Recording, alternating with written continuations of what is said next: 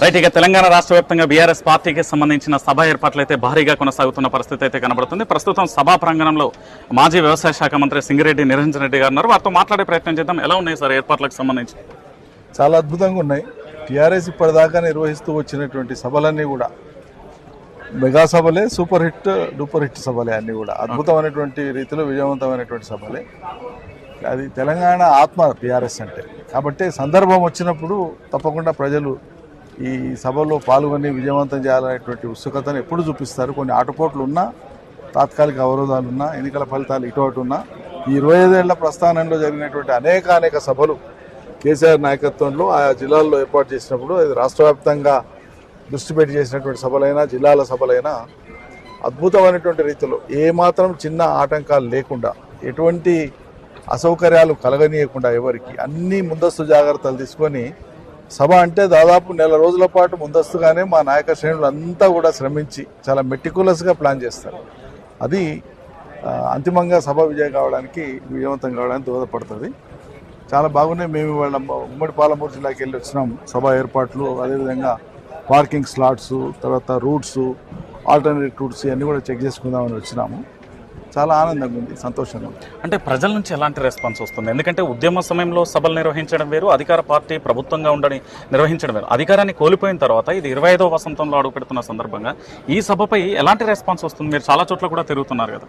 వాస్తవంగా మేము అధికారంలో ఉండి నిర్వహించినటువంటి సభలకు రెట్టింపు ఉత్సాహంతో వాళ్ళ ప్రజలు ఉన్నారు. ఒక కసి మీద ఉన్నారు. నిజం చెప్పాలంటే ఆసక్తి కంటే మితిమీరినటువంటి కసి మీద ఉన్నారు ప్రజలు. ఈ సభను విజయవంతం చేసి ఈ సభలో పాల్గొని పాదు ముట్టించుకొని వచ్చి కాలరెగరేయాలనేటువంటి ఉత్సాహము ఇటు యువకుల్లో కానీ రైతుల్లో కానీ చాలా పెద్ద ఎత్తున్నది. ఎండాకాలం కాబట్టి, దూరవారం కాబట్టి మహిళల్ని ఇబ్బంది పెట్టొద్దనే ఉద్దేశంతో వాళ్ళు వస్తామన్నా మేము వారిస్తూ ఉన్నాం. ప్రత్యేక పరిస్థితులలో తప్పని పరిస్థితి కాబట్టి. ఎందుకంటే దూరవారం ప్రయాణంలో భాగంగా వాళ్ళ యొక్క అవసరాలు ఉంటాయి, వాళ్ళకి ఇబ్బంది అవుతుంది. దాన్ని దృష్టిలో పెట్టుకొని ఎక్కడికక్కడ మేము వాహనాలన్నింటినీ కూడా, అందుబాటులో ఉండే వాహనాలన్నింటినీ కూడా మాట్లాడుకుంటే కూడా వాహనాలు సరిపోవట్లేదు.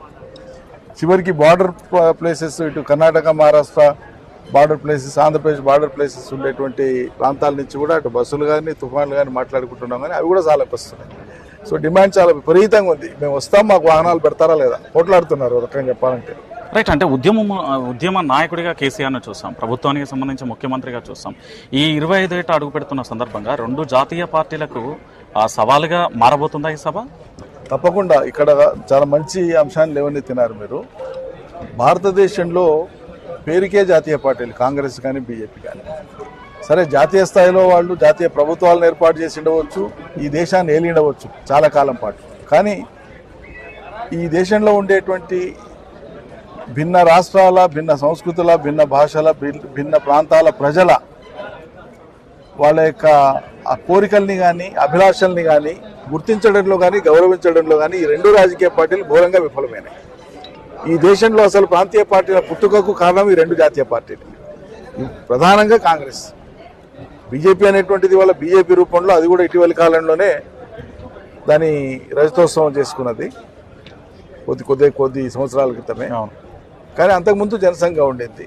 ఏదేమైనా కూడా జాతీయ పార్టీలుగా ప్రముఖమైన పాత్ర పోషించి లేదా అధికార పాత్ర పోషించినటువంటి పార్టీలు నిజంగానే ఈ దేశంలో, సువిశాల దేశంలో ఉండేటువంటి భిన్న భాషలు, భిన్న సంస్కృతులు, భిన్న ఆచార వ్యవహారాలు, ఆయా ప్రాంతాలకు ఉండే ప్రత్యేక పరిస్థితులు, వీటిని ప్రాపర్గా అడ్రస్ చేసే విధంగా, అంటే కరెక్ట్గా వాటిని అడ్రస్ చేయలేకపోయిన కారణంగానే ఇలా ప్రాంతీయ పార్టీలు చాలా బలంగా వేళ్ళుంటున్నాయి. మరి జాతీయ పార్టీలు ఇన్నేళ్లుగా 77 ఏళ్ళు 78 ఏళ్ళుగా పరిపాలన చేస్తున్నా కూడా ఎందుకు ఆ రాష్ట్రాలలో చాలా బలీయంగా ప్రాంతీయ పార్టీలు వరుసగా అధికారంలోకి వస్తున్నాయి? ఒకసారి పోవచ్చు అధికారం, అది వేరు విషయం. కానీ మళ్ళీ వాళ్ళే పునఃప్రతిష్ఠ అవుతున్నారు. కారణం ఏంటి అంటే కొన్ని జాతీయ పార్టీలైనా అంతరించిపోతున్నాయి లేదా అంతరించిపోయేదానికి చేరువలో ఉన్నాయి. కానీ ప్రాంతీయ పార్టీలు ఏవి కూడా కనుమరుగాలేదు, మనం గమనించాలి. ఏ ఒక్క ప్రాంతీయ పార్టీ కూడా ఇవాళ ఈ దేశంలో అధికారంలోకి వచ్చి ఆ ప్రాంతాల్లో, ఆ రాష్ట్రాల్లో మనగలుగుతూ వచ్చినాయి. నామమాత్రంగా ఉండే ప్రాంతీయ పార్టీల గురించి నేను మాట్లాడట్లేదు. ఏ ప్రాంతీయ పార్టీలు అయితే ఆ ప్రాంత ప్రజల అభిష్టానికి అనుగుణంగా పేరు తెచ్చుకొని నిలబడ్డాయో వాళ్ళు అధికారంలోకి వచ్చినా మళ్ళీ అధికారం పోయినా అవి నిలదొక్కున్నాయి. డిఎంకే, ఏడీఎంకే నుంచి మొదలు పెడితే, మన తెలంగాణ నుంచి మొదలు పెడితే ఒరిస్సా కావచ్చు, పశ్చిమ బెంగాల్ కావచ్చు, మహారాష్ట్ర కావచ్చు, అదేవిధంగా ఉత్తరాదిన పలు రాష్ట్రాలలో కావచ్చు అనేక రాష్ట్రాలలో ఇలా ప్రాంతీయ పార్టీల యొక్క ప్రభావం ఉంది. అంటే ఇక్కడ నేను చెప్పదలుచుకున్న పాయింట్ ఏంటంటే ఒక జాతిని ఏకం చేయడం అంటే అన్ని రాష్ట్రాల ప్రజల అభిలాషల్ని గుర్తించి గౌరవించి ఆయా అవసరాలకు తగ్గట్టుగా దేశ ప్రభుత్వం నేషనల్ క్యారెక్టర్తో పనిచేయాలి. ఇలా నేషనల్ క్యారెక్టర్తో పనిచేస్తలేదు. మనం ఏం చూసినాం ఇటీవలి కాలం దాకా దక్షిణాది రాష్ట్రాలలో అభివృద్ధి చెంది దక్షిణాది రాష్ట్రాలు అన్ని ప్రామాణికతలు పాటించి ఈ దేశ సౌభాగ్యానికి తోడ్పడితే డెవల్యూషన్ ఆఫ్ ఫండ్స్ వచ్చేటప్పటికి దక్షిణాది వాళ్ళకి సున్న పెడతామంటే ఎట్లా? సో ఈ ఇంబ్యాలెన్స్ అనేటువంటిది డెఫినెట్ గా వాళ్ళు జాతీయ స్థాయిలో వాళ్ళు బ్యాలెన్స్ మెయింటైన్ చేయనంత కాలం ప్రాంతీయ అభిలాషలకే పెద్దపీట ఉంటుంది. వీటన్నింటిని కలుపుకొని ముందుకు పోయి ఒక నేషనల్ క్యారెక్టర్ను డెపిక్ట్ చేయాలి. అందుకోసమే బీఆర్ఎస్ వాళ్ళ 25వ సంవత్సరంలోకి అడుగు పెడుతుంది రేపు ఎల్లుండి. అంటే ఇది చాలా ప్రాముఖ్యత సంతరించుకునేటువంటి పయనం. ఇదంతా కూడా 25 ఏళ్ళు ఒకటి నామమాత్ర పయనం కాదు. అనేక ఆటుపోట్లు ఇతర రాజకీయ పార్టీలు అధికారం కోసమే పుట్టి ఉంటాయి, లేదా ఇంకొకరితో విభేదించి సైద్ధాంతిక విభేదాలతో పుట్టి ఉంటాయి. కానీ బీఆర్ఎస్ పుట్టుక అనేటువంటిది కోల్పోయిన తెలంగాణ అస్తిత్వాన్ని మళ్ళీ పునరుద్ధరించడానికి పుట్టినటువంటి ఒక ఉద్యమ సంస్థ ఇది కేసీఆర్ నాయకత్వం. అంటే మీరు అన్నట్టుగా ఇక్కడ తెలంగాణ రాష్ట్రానికి కేసీఆర్కు ఒక ఎమోషన్ ఉంటుంది. అలాగే తెలంగాణ రాష్ట్రం అన్న కేసీఆర్ అన్న పేగుబంధం అనే పేరు ఉంటుంది. తెలంగాణ రాష్ట్ర సమితితోని ఆ పేగుబంధం తెగిపోయింది. భారత రాష్ట్ర సమితిగా మారిపోవడంతో తెలంగాణ రాష్ట్రాన్ని పట్టించుకునే పరిస్థితి లేదు అనేది ఒక వాదన ప్రధానంగా వినిపించాయి. ఇప్పుడు ఆ వాదన మళ్ళొకసారి పుణికిపుచ్చుకునే అవకాశం ఈ సభ నుంచి జరిగే అవకాశం ఉందా? టీఆర్ఎస్ బీఆర్ఎస్ గా నామకరణం మారినంత మాత్రాన ఒక జాతీయ పార్టీగా ట్రాన్స్ఫార్మ్ అయ్యేటువంటి పరిస్థితి ఉన్నంత మాత్రాన దాని యొక్క పునాది ఎక్కడ పోలేదు అనేది మరోసారి సభ ద్వారా కూడా ప్రస్ఫుటం అవుతుంది. ఓకే, డెఫినెట్ గా ప్రస్ఫుటం అవుతుంది. మరొకసారి ఇక్కడ ఉద్యమకారులకు కూడా అవకాశం ఇస్తారా? డెఫినెట్ గా. ఎందుకుంటుంది ఉద్యమకారులు అందరికీ. కాంగ్రెస్ పార్టీ మీ మీద ప్రధానంగా ఆరోపణ ఏం చేస్తుందంటే తెలంగాణ రాష్ట్ర సమితికి రజతోత్సవాలు చేస్తున్నా, భారత రాష్ట్ర సమితికి రజతోత్సవాలు చేస్తున్నా అనేది ఎంపీ గారికి సంబంధించి కొంత కాంగ్రెస్ పార్టీకి సంబంధించిన ఎంపీలు చాలా మంది కూడా సోషల్ మీడియాలో మాట్లాడుతున్న తీరు, దీనికి ఏం కౌంటర్ ఇస్తారు? వాళ్ళ అవగాహన రాహిత్యానికి నేను జాలి పడుతున్నా. ఒక రాజకీయ పార్టీగా కాంగ్రెస్ ఎప్పుడు పుట్టిందండి? రాజకీయ పార్టీగా రిజిస్ట్రేషన్ చేసుకుని ఎన్నికల్లో ఎప్పుడు పాల్గొంది కాంగ్రెస్ పార్టీ? కాంగ్రెస్ పార్టీ పుట్టింది ఎప్పుడు? 1885లో పుట్టింది. ఇంగ్లీష్ వాడి చేత పుట్టించబడింది. బ్రిటిష్ పాలన ఇంగ్లీష్ వాడు పుట్టించినటువంటి పార్టీ అండి. ఏవో హ్యూమ్ 1885 1885లో ఏవో హ్యూమ్ స్థాపించినటువంటిది కాంగ్రెస్ పార్టీ. భారత జాతీయ కాంగ్రెస్ ఎన్నికలలో పోటీ చేయడానికి రిజిస్ట్రేషన్ ఎప్పుడు చేసుకుంది? మరి వాళ్ళు ఇప్పుడు మాది 134 ఏళ్ల పార్టీ అంటారు. ఏవో హ్యూమ్ నుంచి లెక్క పెట్టుకుంటున్నారా? రిజిస్ట్రేషన్ అయినప్పటి నుంచి లెక్క పెట్టుకుంటున్నారా? కామన్ సెన్స్ ఉండాలి ఒక రాజకీయ పార్టీ తరఫున మాట్లాడే నాయకులకు. ఇది టీఆర్ఎస్ గా పుట్టినా బీఆర్ఎస్ గా రూపాంతరం చెందిన తర్వాత జాతీయ స్థాయిలో పాత్ర పోషించడం ద్వారానే తెలంగాణ రాష్ట్రానికి అనుకున్నంత మేలు చేయగలము, లేకుంటే చేయలేమని అర్థమైపోయింది. ఇప్పుడు 8 మంది బీజేపీ, 8 మంది కాంగ్రెస్ గెలిచారు. గుడుసున్నా కదా ఇద్దరు కలిసి రాష్ట్రానికి తెచ్చింది. అదే టీఆర్ఎస్ వాళ్ళు బీఆర్ఎస్ వాళ్ళు ఎంపీలు ఉంటే 4 5 10 మంది ఉన్న కొట్లాడేవాళ్ళు కదా. ఇలా వాణి వినిపించే వాళ్ళు లేరు కదా పార్లమెంట్ లో. అంటే ఈ సభ నుంచి తెలంగాణ ప్రాంత ప్రజలకు కానీ రాజకీయ పార్టీలకు కానీ ఎలాంటి సందేశం ఇచ్చే అవకాశం ఉంటుంది కేసీఆర్ గారు? ఎందుకంటే తెలంగాణ గలం ధలం బలం పార్లమెంట్లో లేదు. దాంతోపాటు రాష్ట్రంలో కూడా ప్రజలందరూ కాంగ్రెస్ పార్టీ మీద వ్యతిరేకత ప్రారంభమైంది. మళ్ళీ కేసీఆర్ రావాలంటున్నారు. ఆ వ్యతిరేకతను బీఆర్ఎస్ పార్టీకి అనువుగా మార్చే అవకాశం ఉందా? ఉంటే ఏ విధంగా చేయబోతున్నారు? ఇప్పుడు ఇది అనుకూలము ప్రతికూలము అనే దానికంటే కూడా 25 వసంతాలు అనేటువంటి ఒక రాజకీయ పార్టీ యొక్క ప్రస్థానం, రాజకీయ పార్టీదే కాదు తెలంగాణ ప్రజల ప్రస్థానం కింద చూస్తాం మేమైతే. ఓకే, గెలుపు ఓటములు ఒక ఎన్నికల బరిలో ఉండేటువంటి రాజకీయ పార్టీ కేవలం ఎన్నికల ప్రామాణికత చూసే పార్టీ మాత్రమే వర్తిస్తాయి గెలుపు ఓటమి. కానీ తెలంగాణ ఉద్యమ సంస్థగా, తెలంగాణ రాజకీయ పార్టీగా, తెలంగాణ అస్తిత్వ పతాకగా మా భావన అంటే ప్రజల భావన. ఓకే, ఎన్నికల గెలుపు ఓటములు నిజమైనటువంటి గెలుపు కాదు, నిజమైన ఓటమి కాదు. తెలంగాణ రాష్ట్ర సమితికి, భారత రాష్ట్ర సమితికి నిజమైన గెలుపు ఏంటంటే కోల్పోయినటువంటి తెలంగాణను పునఃప్రతిష్ఠ చేసినాం, కేసీఆర్ నాయకత్వాన సాధించినాం. అది అల్టిమేట్ విజయం. ఆ విజయం ముందు ఇంకేవి కూడా విజయాలు కావు. ఆ విజయం ముందు ఏ విజయాలు సరిదూగేవి కాదు. ఆ తదుపరి అధికారంలోకి వచ్చినటువంటి తెలంగాణ ఆత్మ అయినటువంటి ఈ పార్టీ 10 ఏళ్ల పరిపాలన తర్వాత ప్రజలు అనేక రకాల దుష్ప్రచారాలకు లోనైనారు. కొంత నష్టం జరిగింది. సరే, వాళ్ళ కాంగ్రెస్ అధికారంలోకి వచ్చింది. వెంబడే ప్రజలలో రియలైజేషన్ కూడా ఉంది. ఏ స్థాయిలో ఉంది, ఏ మోతాదులో ఉంది ఏం చెప్పక్కర్లేదు. సామాన్యుల యొక్క జనవాణి వింటే అర్థమవుతుంది.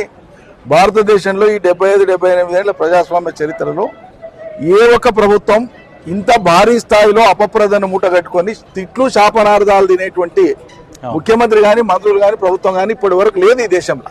ఓకే, అది తారస్థాయికి పోయింది. కాబట్టి ఇది ఏదో మేము ఎన్నికలకు అనుకూలంగా మలుచుకోవడానికి రాజకీయ కోణంలో పెట్టేటువంటి ఆ కోణంలో పెట్టే సభ కాదు.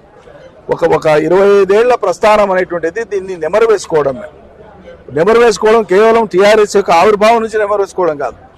తెలంగాణ ఒకనాడు వర్ధిల్లిన నాటి నుంచి హైదరాబాద్ రాష్ట్రం నుంచి నిజాం నుంచి భారతదేశంలో విలీనమైనప్పటి నుంచి ఇప్పటిదాకా జరిగినటువంటి మొత్తం తెలంగాణ సమాజ పరిణామ క్రమంలో సాంఘికంగా, ఆర్థికంగా, సాంస్కృతికంగా తెలంగాణ సమాజంలోనైనటువంటి అనేక మార్పులు, అందులో అంతర్భాగంగా నడిచినటువంటి బ్రహ్మాండమైనటువంటి పోరాటాలు, సాయుధ పోరాటం నుంచి మొదలు పెడితే కేసీఆర్ నాయకత్వంలో సాగినటువంటి ఈ ప్రజాస్వామ్యబద్ధ పోరాటాల వరకు వేల మంది యొక్క త్యాగాలు ఉన్నాయి, బలిదానాలు ఉన్నాయి, శ్రమ ఉంది. దాని ఫలితంగా ఏర్పడేటువంటి రాష్ట్రం యొక్క ఇది ఒక రకంగా చెప్పాలంటే ఇది వేడుక, 25వ సంవత్సరాల వేడుక ఇది. మీరు అన్నట్టుగా కేసీఆర్ తో మీకు చాలా అనుబంధం ఉంది. ఉద్యమం నుంచి కావచ్చు, రాష్ట్ర ప్రభుత్వం ఏర్పడిన తర్వాత మీరు మంత్రిగా కూడా చేసిన పరిస్థితి కనబడుతుంది. సో ఇక్కడ చెప్పే విషయం ఏంటంటే కేసీఆర్ గారు ఈ 25వ ఏట అడుగు పెట్టిన తర్వాత ప్రజాక్షేత్రంలో తన వ్యూహాలు ఏమైనా అమలు చేస్తారా? ఎందుకంటే 2 జాతీయ పార్టీలను అక్కడి నుంచే ఆదేశాలు జారీ చేస్తే మీ నాయకత్వం ఆదేశంతో పాటు మీరు పనిచేసే అవకాశం ఉంటుందా, లేదా నేరుగా ప్రజలతో ఇంటరాక్ట్ ఉంటుంది? ఒకటి మిత్రమా, ఎట్లుంటుందంటే నాయకుడు వందల వేల లక్షల మంది కార్యకర్తల్ని, నాయకుడిని తయారు చేసిన వాడు నాయకుడు అవుతాడు ఎప్పుడు కూడా. ఓకే, ఒకరుగా పనిచేసే వాళ్ళు ఎప్పుడు నాయకులు కాలేరు. సో కేసీఆర్ బహుముఖంగా బహురూపాల్లో పనిచేస్తాడు తెలంగాణలో. ఇది అర్థం కానటువంటి వాళ్ళు బీజేపీ వాళ్ళు, కాంగ్రెస్ వాళ్ళు రాలేదు బయటికి. రోజు సోనియా గాంధీ వీధుల్లో తిరుగుతుందా ప్రజల మధ్యలోకి వచ్చి? రోజు నరేంద్ర మోడీ ప్రజల మధ్యలోకి వచ్చి వీధుల్లో తిరుగుతుందా? వాళ్ళకున్న రాజకీయ పరిపక్వతకు మించిన రాజకీయ పరిపక్వత కేసీఆర్ది. కాబట్టి ఒక పార్టీని కానీ సమాజాన్ని కానీ ఎట్లా నడపాలనో ఆ మేధోపరమైన శక్తి ఆయనకు ఉంది, ఆ వ్యూహాత్మకమైనటువంటి అడుగులు వేసేటువంటి ఆ చతురత ఆయనకు ఉంది.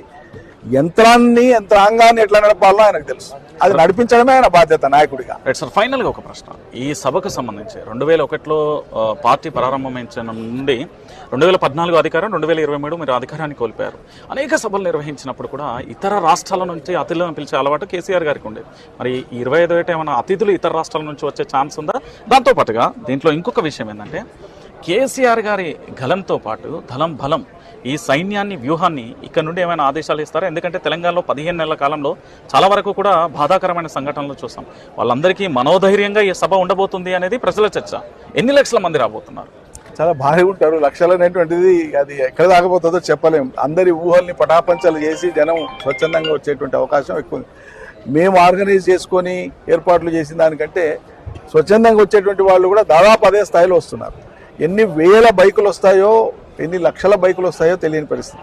ఆ బైకుల్ని మేము ఆర్గనైజ్ చేయట్లేదు, వాళ్ళని మేము ఆపలేము, వస్తున్నామంటే నిరోధించలేము. సో చాలా దూరం. ఇదివరకు వరంగల్లో చేసినటువంటి సభ అయితే ఉండనో 25 లక్షల సభని గతంలో రికార్డులకు ఎక్కిందో దాదాపు దానికి సమానంగా ఉంటుందేమో అని మేము అంచనా వేస్తాం. Thank you sir, wish all the best. చూసారు కదా మాజీ మంత్రి గారి వాదన ఒకటే. కేసీఆర్ గారి వ్యూహానికి సంబంధించి పూర్తి స్థాయిలో కూడా ఎలా ఉండబోతుంది అనేది వేచి చూడాల్సిన పరిస్థితి అయితే కనబడుతుంది. సో మొత్తానికి వరంగల్ జిల్లాకు సంబంధించిన ఎల్కతుర్తి సభ, కేసీఆర్ గారి ప్రసంగం, దాంతో పాటు ప్రజలు ఎన్ని లక్షల మంది వస్తారనేది వేచి చూడాల్సిన పరిస్థితి ఉంది.